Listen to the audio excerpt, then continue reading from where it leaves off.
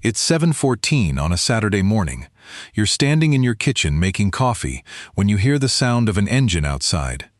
You look through the window. It's your neighbor. He just bought another Range Rover. Not because the old one was broken. He bought that one less than 2 years ago.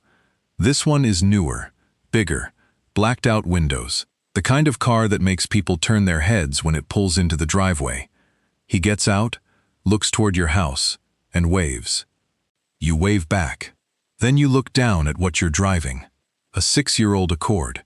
Paid off. Nothing special. You bought it used, kept it clean, and you've never had a reason to replace it. You take your coffee to the sink. As you rinse the cup, you hear your neighbor's wife come outside. She laughs and asks him where he's going to park the new car. He tells her they'll figure it out. You smile. Because 3 years ago, that scene would have bothered you. You would have wondered if you were falling behind. You would have started looking at cars that afternoon. You would have told yourself you deserved something newer. But today, you don't feel jealous. You don't even feel impressed. You simply look at the car, turn back toward the kitchen, and finish washing your cup. Because there's something your neighbor doesn't know. And it's something almost nobody who sees you every day knows. If you want to understand how wealth is actually built, quietly, deliberately, and away from the noise, make sure you subscribe and give this video a thumbs up. You're worth more than you look. Not because you secretly own a mansion, not because someone left you an inheritance, and not because you make 10 times what everyone around you makes. You simply stopped spending money to look wealthy. And somewhere along the way, you started making the kinds of financial decisions that wealthy families have been making for generations. You didn't realize it at first. You just thought you were being careful. But eventually, you noticed something strange. The people around you were becoming better at looking rich, and you were becoming better at becoming wealthy. And those are two very different things. 16 years earlier, you were 22. You're sitting in your first apartment. The apartment is small. The kitchen has 2 cabinets that don't close properly. The couch isn't really yours. Your friend Marcus gave it to you when he moved. You have $1,200 in your checking account, $900 in student debt, and your first real job. Your salary is $46,000. You read the number on your offer letter again. $46,000. It feels like you've made it. You call your mother. You tell her the news. She is proud. She asks what you're going to do with the money. You say you don't know yet. But you already know. A new phone. Better clothes. Maybe a car. Something that makes your life look different from the life you had 6 months ago. Because that's what happens when your income changes for the first time. You don't immediately think about wealth. You think about proof. You want evidence that something changed. And 3 weeks later, you walk into a dealership. The salesperson shows you a car that costs $29,000. You tell yourself the payment isn't that bad. You don't calculate the total cost. You calculate the monthly payment. $497. That's manageable. You sign. When you drive it home, you feel different. Not richer. Just different. You park outside your apartment and take a picture. You don't post it, but you send it to Marcus. He responds. Finally, you laugh. You don't realize it yet, but you've just learned your first financial lesson, and it's the wrong one. When your income rises, your brain wants your lifestyle to rise with it. 2 years later, your salary is $58,000. The car is still there. But now the apartment feels too small. Your coworkers talk about neighborhoods you can't afford. One of them, Daniel, just moved into a luxury apartment. He invites you over. The building has a rooftop pool, a gym, a lobby that smells like expensive perfume. You stand beside the window looking at the city. Daniel asks, "Could you see yourself living somewhere like this?" You say yes. Of course you say yes. 3 months later, you move. Your new rent is $1,850. Your old rent was $1,050. You tell yourself the extra $800 is worth it. You work hard. You deserve it. And that sentence becomes dangerous. I deserve it. Because you can use it to justify almost anything. A nicer car. A bigger apartment. A more expensive vacation. A $700 watch. A $300 dinner. A phone upgrade. And every individual decision makes sense. The problem is what happens when they all become permanent. At 26, you get another raise. $71,000. Your manager shakes your hand. This time, you don't buy a new car. You don't move. You don't upgrade your phone. You do something that feels almost boring. You leave the money in your account. For the first time, you let a raise exist without immediately giving it a job inside your lifestyle. And then you meet someone who changes how you think about money. His name is Arthur. He's your father's old friend. He's 67. You expect him to arrive at dinner in something expensive. He doesn't. He arrives in an old Volvo. The paint is faded around the door handle. There's a small dent on the back bumper. You assume maybe it's his second car. Then you find out he's owned it for 11 years. During dinner, someone asks him why he still drives it. Arthur looks at the car through the window, then says, "It still does what I need it to do." Someone laughs. Arthur doesn't. You ask him if he isn't tempted to buy something newer. He shrugs. Tempted, sure. Then you ask, "Then why don't you?" He looks at you and says, "Because I don't confuse being able to buy something with needing to own it." You remember that. But you still don't completely understand it. Not yet. The following Monday, you open your banking app. $4,800 in checking. $2,300 in credit card debt. Nothing invested. You stare at the numbers. You suddenly realize something. You're making more money than you ever have. But you're not building anything. You're simply maintaining the life you've created. That's when the first real change happens. You pay off the credit card. Not overnight. Not with some miracle.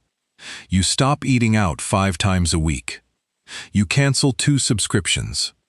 You stop upgrading things because they're slightly newer. You start putting $300 every month into an investment account. Nobody notices. That's important, because nobody is supposed to notice. The first habit is simple. You don't increase your lifestyle every time your income increases.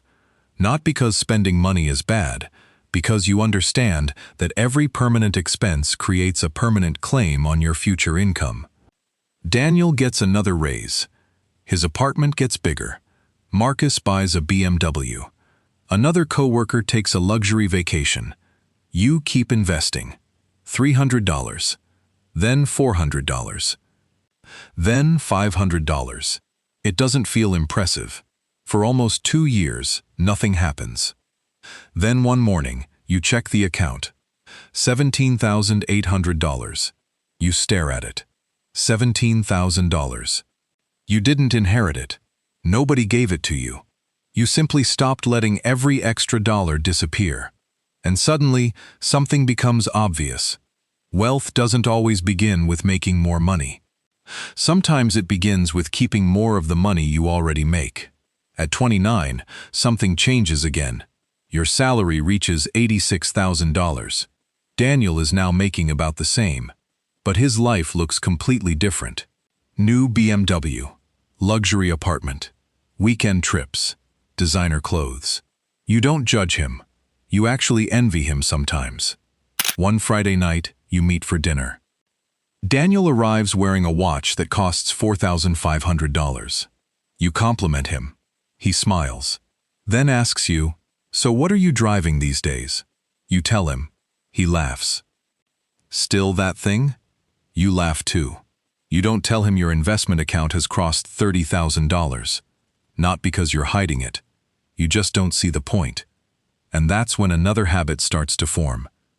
You stop needing other people to know you're doing well. This one takes longer to learn. Because money is social. People compare.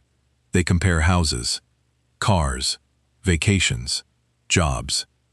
salaries, even children's schools. And sometimes the person with the least wealth is the most interested in proving they have it. You slowly become comfortable with being underestimated. At first, it bothers you. Then it becomes freeing. At 31, you get the biggest promotion of your career, $112,000. Your company gives you a $9,000 bonus. For the first time, you could comfortably afford the luxury car you've wanted since you were 22. You go to the dealership. You sit inside it. The interior is perfect. The salesman tells you the payment, $1,150 a month. You can afford it. You almost sign. Then you remember Arthur. Being able to buy something isn't the same as needing to own it. You leave. That night, you transfer $9,000 into your investment account. It doesn't feel exciting. Nobody sees it. Nobody congratulates you. But something important has happened. You chose ownership over appearance. And that becomes one of the most powerful financial habits you've developed. You start asking a different question. Not, what can I buy? But, what can I own? Instead of asking how expensive a vacation can be, you ask how much money you can put to work before you take it. Instead of asking which car makes you look successful, you ask whether the car is worth the opportunity cost. Your mindset isn't, never spend. It's, spend intentionally. You still enjoy life. You just stop making purchases to impress people you'll probably never see again. At 32, you buy your first piece of a business. It's not glamorous. A small local company. You don't control it. You don't even work there. You simply own a small percentage. Your friends don't understand. Daniel asks, why would you put money into some boring company when you could buy a nicer car? You laugh, because you're finally starting to understand something. A car takes money from you. Ownership can potentially produce money for you. And suddenly, the word asset means something different. You begin to notice how many people spend their entire lives being customers. They buy products from companies. They rent buildings from owners. They pay interest to banks. They pay premiums to insurance companies. They subscribe to platforms. And then they wonder why they never seem to get ahead. You don't want to stop being a customer. You simply want to become an owner too. At 33, the market crashes. Your portfolio falls by $51,000. You wake up one morning and feel sick. You check it again. Still down. You check again at lunch. Worse.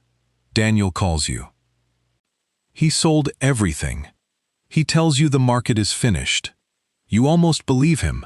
Then you remember how long you've been building. You remember every automatic transfer, every boring month. Every time you ignored an upgrade, you call Arthur. He doesn't tell you whether to buy or sell. He asks, how much of that money do you need this year? You say, none. Next year? Probably none. Then why are you treating a long-term investment like a one-week problem? You don't answer. You hang up, and you keep going. That is another old money habit nobody sees. You think in decades when everyone else is thinking in days. You don't need every decision to work immediately. You understand that compounding is boring before it becomes impressive. The first $10,000 feels slow. The next $10,000 feels faster. Eventually, the money starts making money. But you have to survive long enough to see it. 6 months later, the market begins recovering. A year later, your account passes its old high. Then another. You don't celebrate. You just keep investing, because you've learned that the goal isn't to predict every market. The goal is to build a system you can stay inside. At 35, your net worth crosses $300,000. Daniel buys a $780,000 house. You go to the housewarming party. It's beautiful. You mean that. You walk through the kitchen. You see the giant television, the pool, the furniture. Everything looks expensive. Then Daniel tells you how much the mortgage is. You don't react. You don't judge him. Because you remember being 26. You remember thinking, if I can afford the monthly payment, I can afford the thing. Now you understand that affordability isn't just about the payment. It's about the life attached to the payment. At 36, your parents need a new roof. $14,000. Your father tells you not to worry. They'll figure it out. You tell him you'll cover half. He refuses. You insist. Eventually, he accepts. He asks, how did you get to the point where $7,000 doesn't scare you? You think about the question. You don't tell him about the market. You don't tell him about the account. You simply say, I stopped spending everything I made. That's it. That's the answer. Years of boring decisions compressed into one sentence. At 37, your younger sister gets a promotion. She earns $72,000. She calls you excited, then tells you she's already looking at a $48,000 SUV. You don't tell her not to buy it. Instead, you ask, what do you want your money to do for you 5 years from now? She goes quiet. You explain opportunity cost. You show her what happens when every raise becomes a bigger payment. Then you show her what happens when part of every raise becomes an asset. She doesn't cancel the SUV immediately, but she starts thinking. And that's when you realize something else.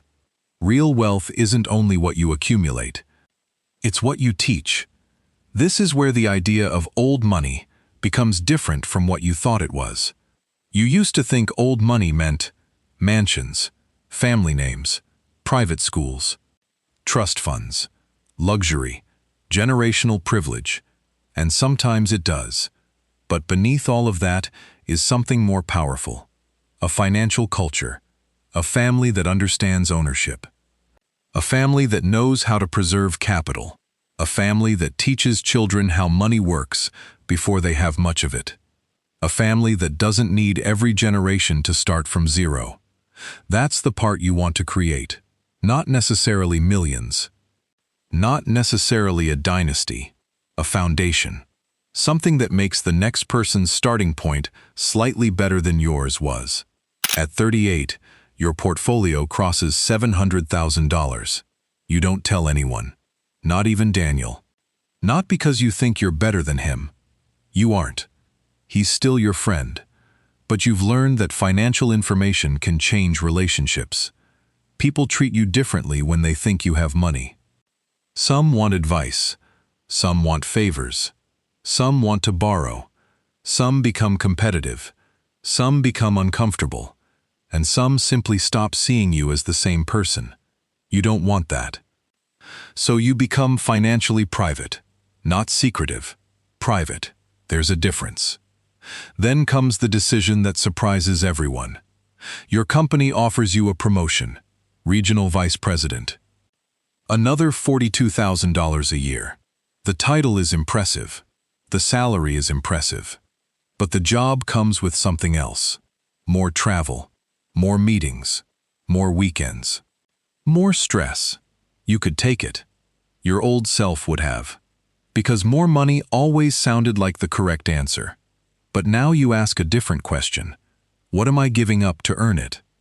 You turn it down. Your coworkers don't understand. One asks, why would you leave $42,000 on the table? You smile. Because the $42,000 isn't free. It costs you your evenings, your weekends, your time with your family, your health, your freedom, and you're finally wealthy enough to understand that money is supposed to buy freedom, not become another reason you have none. At 40, something happens that would have terrified you 10 years earlier. Your company goes through layoffs. Your name is on the list. You're unemployed. For about 12 minutes, you're afraid. Then you sit down. You look at your finances. Emergency savings. Investments. No car payment. Manageable housing costs. No credit card debt. Multiple sources of income. You realize you don't know what happens next. But you know you're going to be okay. And that's when you understand what wealth really bought you. Not a Lamborghini, not a mansion, not a designer watch. Time. You can breathe. You can think. You can choose. You don't have to accept the first job that appears. You don't have to borrow money. You don't have to sell everything. You don't have to panic. You have options. 2 months later, you receive another job offer. You turn it down. Then another. You turn that one down too. Eventually, you start consulting independently. The income is lower. The freedom is higher. And for the first time, you understand why Arthur never seemed impressed by money. He understood what it was supposed to do. A few years later, Arthur passes away. You attend the funeral. And for a moment, you find yourself thinking about the man everyone knew. The old Volvo, the faded windbreaker, the house he'd owned for decades, the things he never bothered to replace. From the outside, it would have been easy to assume Arthur spent his entire life refusing to enjoy his money. But then his daughter starts talking about him. She tells stories you never knew. The family vacations he paid for every summer. The dinners he took them to. The trips he took with his wife after retirement. The way he quietly paid for his grandchildren's education. The way he took care of himself, his family, and the people he loved. Arthur wasn't cheap. He was intentional. If he genuinely wanted something, he bought it. If something brought his family joy, he spent the money. He simply never bought something because he needed strangers to think he was successful. He didn't buy the newest car because his neighbor had one. He didn't move into a bigger house because someone might think his old one was too small. And he didn't spend money simply because he could afford to. That's what you finally understand at his funeral. Having the money to buy something doesn't mean you have to buy it. You can enjoy your money without letting your money control you. You can have nice things without needing them to prove your worth. And you can build wealth without spending your entire life waiting to enjoy it. Arthur had done both. He enjoyed the life he had, and he protected the life he was building. And now you're back where we started. 7:14 on a Saturday morning. Your coffee is ready. Outside, your neighbor is standing beside his newest Range Rover. He waves. You wave back. You look at your 6-year-old Accord, paid off. Clean, reliable, and you smile. Not because you're better than him, and not because there's anything wrong with enjoying a nice car. You've simply reached a point where you no longer need your purchases to prove anything. You already know. Maybe that's what real wealth looks like. Not having everything you can afford, having the freedom to choose what actually matters. And maybe that's the habit worth carrying forward. Build quietly, enjoy intentionally, and never confuse looking wealthy with being wealthy. And while you are here, most people who watch this video are already doing 1 or 2 of these habits without realizing it. But there is one question almost everyone asks next. What if I am starting late? What if I am already 36 and feel like I have missed too much time? If you have ever felt like you started too late, that video was made for you. It will change how you think about the time you have left. If you watched all the way to this moment, do well to subscribe if you have not already, and give this video a thumbs up. What's one thing you could afford today but deliberately choose not to buy? Let me know in the comments, and I'll see you in the next one.